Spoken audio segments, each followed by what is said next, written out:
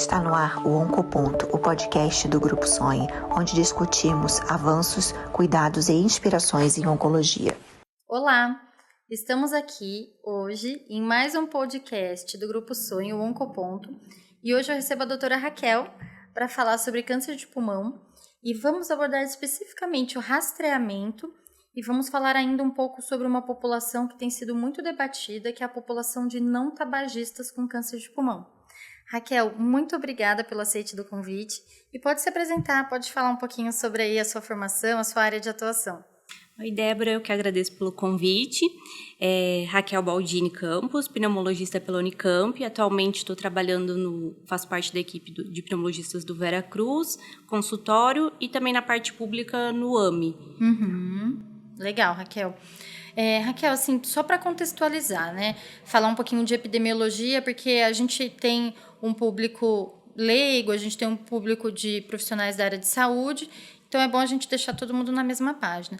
Então, assim, câncer de pulmão, sem dúvida, é um problema de saúde pública mundial, né? Hoje, nós temos aí uma mortalidade bastante alta, e nós temos uma incidência bastante alta. Então, é uma doença que é um desafio em todos os níveis de assistência de saúde, público, privado e no mundo inteiro. Então, assim, trazendo alguns dados aí para o pessoal, né? É o segundo tumor mais frequente no mundo hoje, sendo que entre homens é a primeira posição, inclusive, e mulheres é a terceira. No Brasil muda um pouco, é o terceiro e o quarto, respectivamente. E na última década houve um aumento de 20% na incidência. E eu acho esse dado muito importante, porque, inclusive, o principal fator de risco é o tabagismo, né, sendo responsável por aproximadamente 85% dos casos, e o tabagismo está diminuindo. Então, a gente precisa de esforços aí para entender por que essa incidência está aumentando, e talvez a gente consiga pensar em algumas coisas aí juntas hoje. Mas um dado muito importante é que em mortalidade é o primeiro entre os homens e o segundo entre as mulheres, e isso são dados mundiais. Então, de fato, é um desafio enorme e a gente precisa pensar, entender essas estimativas, até para a gente poder ajudar a fomentar essas políticas públicas, essas políticas de rastreamento, porque nós sabemos que o diagnóstico precoce está diretamente relacionado com melhores desfechos, maiores chances de cura para esses pacientes, né, Raquel? Isso mesmo, Débora. Justamente pelo fato de ser ele é um câncer, na verdade, de alta mortalidade, justamente pelo diagnóstico mais tardio, né? Um câncer que não dá tanto sintoma no início do quadro. Então, muitas vezes, quando a gente faz o diagnóstico pelos sintomas do paciente, é que a gente vai conseguir começar a tratar. E aí já está muito avançado, muitas vezes metastático, e aí a sobrevida fica bem menor, né? Sim. E por isso que é muito importante, nesse quesito, a gente começar a pensar num rastreio justamente para diagnóstico precoce. Certo. Pensando em screening, o rastreio do câncer de pulmão, a gente tem alguns estudos, são estudos até mais recentes, porque os primeiros estudos que a gente tem são estudos que foram feitos inicialmente com raio-x ou até com a citologia ocótica do escarro, mas foram estudos que não tiveram benefícios, foram estudos com resultados que não eram custo-efetivos. Para essa indicação, então, de rastreamento de câncer, só para deixar claro para a população, o raio-x de tórax é fútil, né? Sim, sem nenhum benefício, não vai trazer um diagnóstico precoce como a gente realmente precisa, tá? Então, com estudos mais recentes que a gente tem tido ultimamente, na verdade, um dos mais importantes, que a gente tem dois estudos mais importantes, seria o primeiro estudo de 2011, que é o do NLST, que é um estudo que teve a maior casuística, então em torno de 26 mil participantes, e ele mostrou uma positividade. E é um estudo que foi feito usando a tomografia de tórax de baixa dosagem. Então, seria uma tomografia que teria, em questões de radiação, 1/5 da radiação que a tomografia convencional de tórax tem. E seria ele seria o estudo que faria a tomografia de baixa dosagem anualmente para rastreio em uma população específica. E esse estudo realmente mostrou uma efetividade, né, com uma positividade dessas tomografias altas. Até os dados eles mostram que a positividade dessas tomografias, que seria a presença de um nódulo, que poderia ou não ser um câncer, em torno de 39%, que se confirmaram realmente em câncer em 1% dos casos, e que reduziu a mortalidade por câncer de pulmão em torno de 20%. Perfeito. É um valor significativo, muito significativo. 20%. E aí a gente fala também, quando a gente pensa nisso, além de redução de mortalidade, a gente pensa em redução de custo também, porque o tratamento do câncer de pulmão num paciente com doença avançada, ele custa muito mais do que o tratamento em estágios mais precoces, né? Então, tem esse benefício também do caso do rastreio. Depois desse estudo, a gente teve um outro estudo muito importante, que foi o estudo Nelson, que é um estudo já belgo-holandês, que teve uma casuística também importante, um pouco menos que o anterior, com 15 mil voluntários, mais ou menos, que também teve uma positividade um pouco menor, que foi de 6,5% nas tomografias de baixa dose, mas também o corte entre as tomografias, do tamanho do nódulo era diferente, mas também uma positividade em câncer de pulmão em 2,1%, com redução de 24% do risco de morte em câncer de pulmão. Então, são estudos que realmente provaram o benefício e o custo, a efetividade do rastreio do câncer de pulmão. Inclusive, tem agora esses critérios um pouco mais ampliados, né, do consenso americano, que inclui pacientes de 50 a 80 anos, certo? Certo. E que também foi custo efetivo. Então, ampliou um pouquinho o critério e aí a gente, mesmo assim, percebe essa custo-efetividade no rastreio. Então, assim, o dado é sólido, né, Raquel? A gente sabe que é custo-efetivo, que reduz mortalidade em 20%. Então, acho que a gente precisa entender quais são as barreiras para a implementação. Qual que é a sua visão em relação a essa dificuldade que a gente tem hoje? Quais seriam as principais barreiras em termos de pacientes, profissionais de saúde e até dos sistemas de saúde? Então, só voltando um pouquinho, né? Quem seria a população que tem uma indicação precisa do rastreio? Então, a gente ainda tem, baseado nos dados epidemiológicos, seria a população tabagista, né? Então, como a Débora falou, 85% dos casos de câncer de pulmão são pelo tabagismo. Então, a população que teria indicação de rastreio seriam pacientes fumantes ou ex-fumantes que pararam há menos de 15 anos até 15 anos, entre 50 e 80 anos, e realmente a gente teve um aumento uma ampliação do critério. Uma ampliação do critério. Antigamente era de 55 a 75 e agora está de 50 a 80 anos. E em pacientes também que têm uma carga tabágica de mais de 20 anos, 20 anos mais ou mais, né? E como, só até para quem é leigo, assim, como que define essa carga tabágica? Só para o pessoal em casa ficar atento ali, fazer a continha. A carga tabágica, então, a gente vai calcular a partir do número de cigarros que o paciente fuma por dia, dividido por 20, calculado pelo número de anos que isso acontece. Então, se o paciente fuma, por exemplo, 20 cigarros por dia, a gente divide por 20, que seria o maço, vezes o número de anos que ele fuma. Então, 20 anos seria 1 vezes 20, 20 anos maço. Que a gente faz esse cálculo, que é uma forma da gente estimar o quanto que esse paciente já foi exposto aí ao tabagismo. E aí, se fumou 2 maços por dia por 10 anos, também acaba batendo nos mesmos justamente. 20 anos maço. Perfeito. Justamente. Tá certo. Então, assim, passando aí para os desafios, agora que a gente já definiu bem quem é esse grupo que a gente vai fazer o rastreio. O que você acha que a gente precisa entender em termos de barreiras com pacientes, barreiras com profissionais de saúde e as barreiras do próprio sistema de saúde como um todo? Acho que a primeira barreira é de custo, né? É a nossa disponibilidade de orçamento para a questão de fazer o rastreio. Então, porque o rastreio, ele deve ser feito com uma tomografia, que é um exame muito mais caro do que um raio-x de tórax, né? O limite orçamentário que a gente tem para conseguir fazer esses exames. Além disso, a gente tem uma heterogeneidade no país muito grande. Então, a gente sabe que tem estados que têm muito mais recursos destinados à saúde, diferente de outras partes do estado de São Paulo, é um local que a gente sabe que tem mais recursos, diferente de outras partes do Nordeste, Norte do país. Além disso, a gente também tem a dificuldade de padronização, muitas vezes, da tomografia de baixa dose, tá? Então, às vezes, a gente pode cair nessa barreira. A gente usa o sistema de classificação do Langerhans, né? Isso. É um laudo um pouco diferente daquela tomografia convencional, que às vezes tem um achado ali que foi por acaso. É uma tomografia dedicada ao rastreamento, né? Então, é um laudo estruturado, tem aquele critério Langerhans, que a gente pode fazer um paralelo com o BIRADS da mama, né? Foi criado a partir disso, né? Onde ali o 3 talvez seria um nódulo provavelmente benigno, mas que merece um acompanhamento mais de perto. Sim. E o 4 ali já acende um alerta, talvez encaminhar para o especialista. Seria mais ou menos esse o racional? Sim, justamente. E aí a gente também tem que ter um treinamento, né, de radiologistas para que façam também esse tipo de avaliação da tomografia de baixa dose quando ela é dedicada ao rastreio, né? Sim. Então isso acho que é uma dificuldade também que a gente tem na implementação. Em termos de pacientes, o que você vê assim de barreiras, dificuldades para adesão? Eu acho que, na verdade, o paciente tabagista, ele demora muitas vezes, demora muito a procurar o serviço de saúde. Então, a gente também precisa de políticas públicas de saúde voltadas para a prevenção, para captar esses pacientes. Porque muitas vezes o paciente só vem procurar a gente a hora que ele já está muito sintomático. Quando ele já tem o sintoma, uma perda de peso, uma tosse com sangue.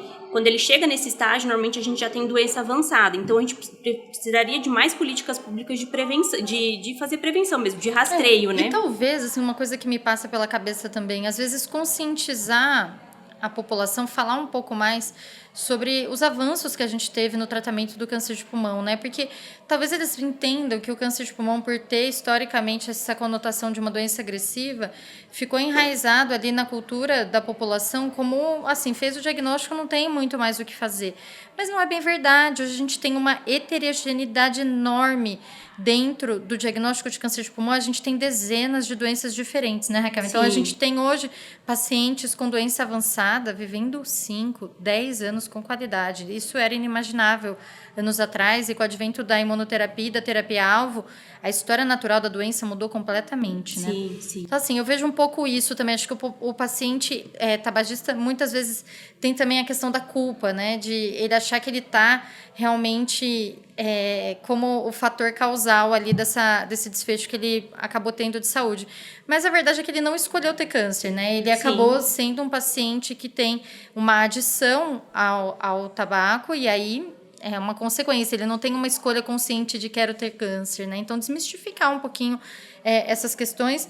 E, assim, é custo efetivo, né, Raquel? Então, talvez é mais uma questão também da gente implementar um projeto estruturado de rastreamento, onde exista não só essa metodologia do diagnóstico, mas também uma forma de fazer uma referência e uma contrarreferência a partir do momento que foi feito o diagnóstico, porque o problema também é identificar e não ter para onde encaminhar, não ter esse caminho bem estabelecido, né? Sim. Então, assim, acho que a partir do momento que a população médica também conseguir se conscientizar que a evidência é sólida, às vezes fica esse período aí de um certo limbo entre a evidência realmente sair na literatura e isso ser discutido até isso ser implementado na prática do médico, né?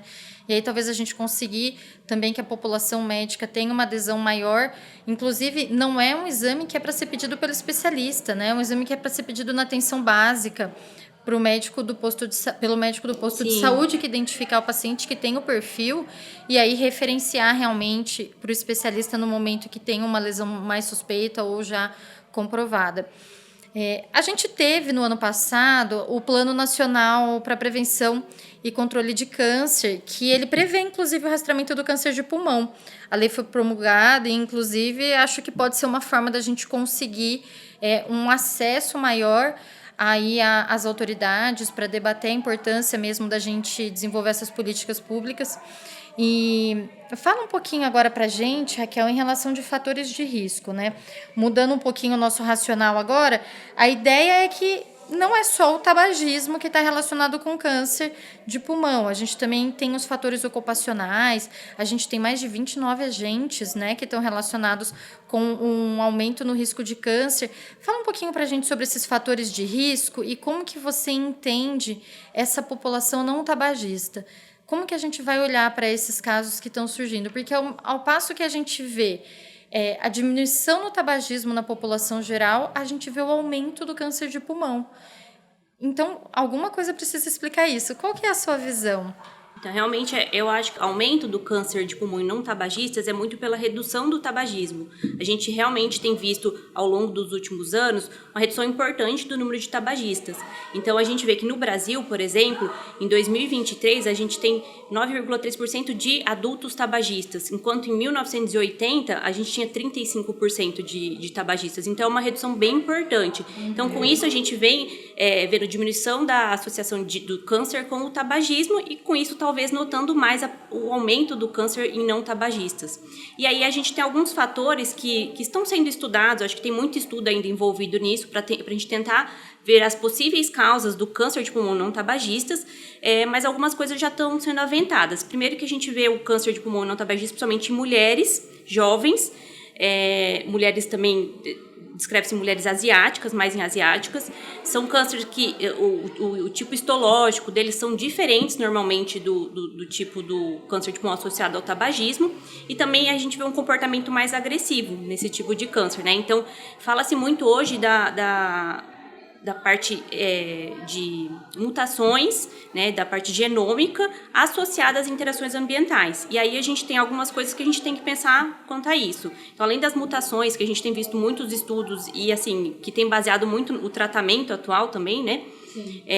A gente vê o tabagismo passivo, né, como uma grande forma também que está associado ao tabagismo, mas até quem não se expõe tanto ao tabagismo, mas o tabagismo que fica no ambiente também. Sim. A gente vê também associação com as exposições ocupacionais, aí a gente tem que pensar em algumas coisas como sílica, como a queima de gases do diesel, por exemplo. A gente vê também o material particulado da poluição, então a poluição tem surgido também como um fator aí que tem sido muito aventado. Então, o material particulado, principalmente aquele menorzinho que chega lá no alvéolo pulmonar, então esse também tem sido associado com um maior número de risco de câncer. Na verdade, já tem comprovação quanto a isso. Quanto maior a exposição a esses poluentes, maior o risco de câncer. Talvez já tenha um fator genético por trás, e essas exposições podem ser um gatilho, né? Sim, muito se fala realmente dessa associação, da suscetibilidade do indivíduo, né, até de fatores hereditários, e o que você tinha aventado também pra gente sobre a história familiar de câncer de pulmão. Né? Inclusive, talvez se tem uma história familiar, principalmente de mutação, né, EGFR e ALK, aí que estão muito próximos aí no nosso dia a dia. Talvez essa população merecesse um rastreamento, né, Raquel? Porque hoje a gente faz o rastreamento para pessoas idosas, porque o câncer abaixo de 55 anos de pulmão é muito raro, muito né? raro. Assim, da ordem de 10%, talvez me corrija se eu estiver errada, mas realmente assim, a gente vai acabar fazendo para uma população mais idosa esse rastreamento e grandes tabagistas. Então, essa população que talvez tenha alguma mutação genética na família, ela merece um olhar diferenciado, Sim. né? E talvez até os próprios pacientes enfisematosos. Né? Às vezes, a gente tem um paciente em comum, inclusive, que teve uma exposição ocupacional, que tem uma fibrose pulmonar, ele não tem câncer de pulmão, ele tem um outro tipo de câncer, mas talvez esses pacientes enfisematosos, mesmo não sendo por tabagismo, eles deveriam ser enxergados de uma outra forma, né? Diante de um raciocínio de um rastreamento. Sim, o paciente que tem um enfisema, nesse caso a gente até tem o confundidor que seria o tabagismo no DPOC ou no enfisema, mas a gente tem também os pacientes com histórico de tuberculose ou fibrose pulmonar não associada a tabagismo, e a gente vê uma maior incidência também de câncer de pulmão. Uhum. E aí o que a gente pensa como causal nisso seria a inflamação que esse paciente tem constante. Então, a gente sabe que a inflamação mantida, ela pode causar mutação, alteração aí do gene do paciente e predispor também a um câncer. Então, são pacientes que devem ficar no radar aí do pneumologista que acompanha pelo risco aumentado também de câncer de pulmão. Então, são pacientes que merecem também um olhar mais cuidadoso. Então, você acha que faz sentido para a nossa população, né? Então, uma pessoa que tem uma história de alguém na família que teve um câncer de pulmão por uma mutação, ele fazer uma avaliação com o pneumologista, ele ter um aconselhamento? Isso, talvez um rastreio um pouco mais precoce e ter um aconselhamento, um acompanhamento com o pneumologista ou até com um generalista para ter essa avaliação, para realmente a gente prevenir também esse câncer que é mais agressivo e no jovem. Acredito que sim. Eu acho que isso são coisas... Os estudos ainda vão mostrar pra gente, mas com os novos estudos que eles têm feito da parte de genes, das mutações, acredito que vai ter alguma indicação para isso também. São algumas sugestões, pelo que a gente já tem na literatura, mas o futuro vai dizer melhor, né, em relação a dados definitivos aí de como a gente vai enxergar esse grupo de não tabagistas, que atualmente tem sido realmente uma população que fica um alerta, que a gente precisa enxergar de uma forma diferente. E tem também a questão do cigarro eletrônico, né, Raquel? Assim, acho que a indústria do cigarro eletrônico, ela teve aí talvez uma oportunidade num período aí onde ele entrou no mercado e não tinha muito estudo sobre isso, mas agora está bem claro, né, Raquel, que a gente realmente tem muitos malefícios associados a essa prática, que inclusive ficou até como um cigarro mais bonitinho, né? Recentemente saiu uma campanha bem interessante, assim, que eu vi, nas mídias sociais, que achei muito legal, que são 2 cachos de uva, assim, no lugar do pulmão, fazendo um apelo, assim, nada mais é do que um cigarro cheiroso, né? É um cigarro com gostinho de fruta ali e com várias substâncias nocivas, uma dificuldade terrível de a gente saber exatamente o que tem ali, porque não é bem regulamentado. Então, realmente, eu acho que se você puder falar, aí para a gente até já ir chegando mais próximo de encerrar o nosso podcast de hoje, se você puder falar um pouquinho sobre os cigarros eletrônicos, o que a gente já sabe, o que ainda fica uma dúvida e talvez algum alerta para a população.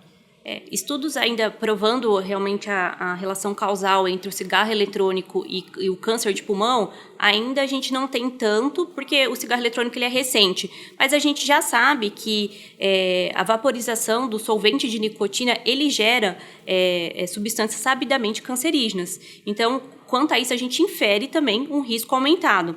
E, além disso, o que a gente percebe? Realmente essas substâncias que a gente muitas vezes não sabe o que vai naquele líquido, né?